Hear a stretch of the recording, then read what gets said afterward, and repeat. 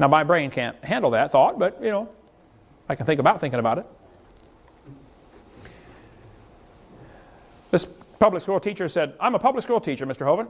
I went to a conference today, and we were all given a new science textbook to use in the conference. It's called Sciences by Triffel and Hazen and John Wiley and Sons. On page 611, it said this: to what extent do you think that parents should have the right to decide which scientific theories and ideas are presented in schools? To what extent do you think parents ought to have the right to demand that opposing religious views be taught as well? Should the views of creationism, which are primarily based on one particular type of Christianity, be given special consideration? It's getting more difficult to say the truth all the time. The teachers now are being trained in sessions to how to handle creationists. I know this: they work very hard to make you feel like you are the only one complaining. When I went to meet the lady in charge of the science curriculum here in Pensacola, Florida, when I first moved to town, I've been complaining about some of the lies in the textbooks and the science curriculum, and she said to me, Mr. Hovind, you are the only person in the county complaining about this.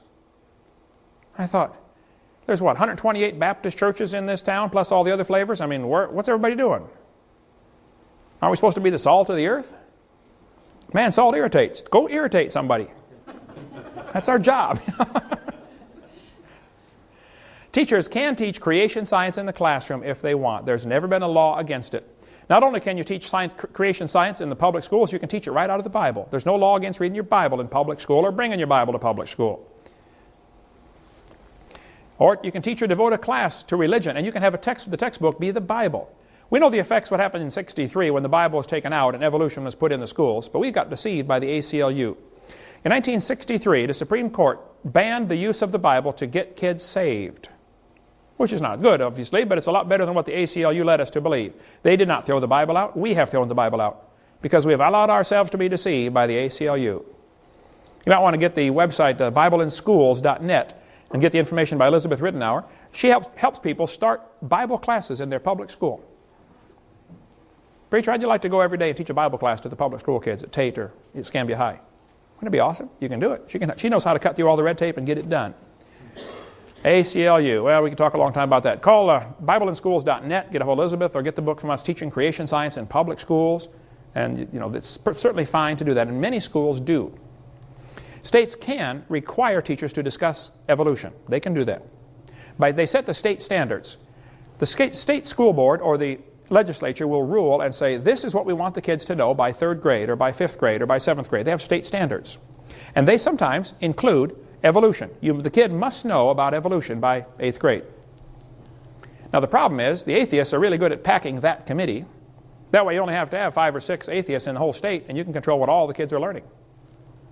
And then the Christians wait till the books are chosen to meet the standards and get in the classroom, and then we complain about the books in the classroom. You're about 3 years too late. State standards are going to be selected for Florida textbooks in the next 2 months. This is the time. It'll affect the books that they buy in '94, September '94. Now is the time to do something. The states cannot require them to discuss creation. It's already been tried many times. And I've seen so many people waste enormous time and money on an effort trying to force creation into the schools. I'm telling you, you're wasting your time. It's not going to happen. And the atheists love it when a campaign gets started to say, we're going to make the schools teach creation. They love that. They just let you spend all your money and waste all your time and then defeat you in the last 5 seconds. They're not going to go anywhere. The teachers may discuss creation if they like in their class. They've always been allowed to do that. You might want to get a hold of the website textbookreviews.org. Mel Gabler. They, for 40-some years, have been doing research on public school textbooks and what's being taught. Mel said, the courts allow states to require discussing scientific weaknesses in evolution theory, but not requiring discussing evidence for creation. You can't make the teacher talk about creation, but you can require them to talk about the weaknesses in the evolution theory. That's a start. In the landmark decision back in 1963, the court held, it certainly may be said that the Bible is worthy of study for its literary and historic qualities. Nothing we have said here indicates that such study of the Bible or religion, when presented objectively as part of a secular program of education, may be effected consistently with the First Amendment. Supreme Court said, the Bible may constitutionally be used in an appropriate study of history, civilization, ethics, comparative religion, or the like. Eighth Circuit Court ruled and said, permitting public school observances which include religious elements promotes the secular cause of advancing the students' knowledge and appreciation of the role our religious heritage played in the social, cultural, and historical development of civilization. Teachers already possess the flexibility to present a variety of scientific theories about the origins of mankind and are free to teach any and all facets of this subject, 1987 Supreme Court. The court further ruled, teaching a variety of scientific theories about the origins of mankind to school children might be done with a clear secular intent of enhancing the effectiveness of science instruction. California State School Board said, discussions of any scientific fact, hypothesis, or theory related to the origins of the universe, the earth, and of life, the how, are appropriate to the science curriculum. They're telling their teachers, if you want to talk about creation, do it. Can't be more clear than that. If you want to keep up on the latest of what's happening in education, you might want to watch the video Crisis in the Classroom from Eagle Forum, Phyllis Schlafly's organization. Now, I would disagree with Phyllis on several philosophical things, but I think she's got done a great job with this video here on what's happening. So what people say, what about the separation of church and state? Doesn't the Constitution say that? There's no such phrase mentioned in the Constitution. That phrase is found mentioned in a letter that Thomas Jefferson wrote to the Baptist Association in Danbury, Connecticut.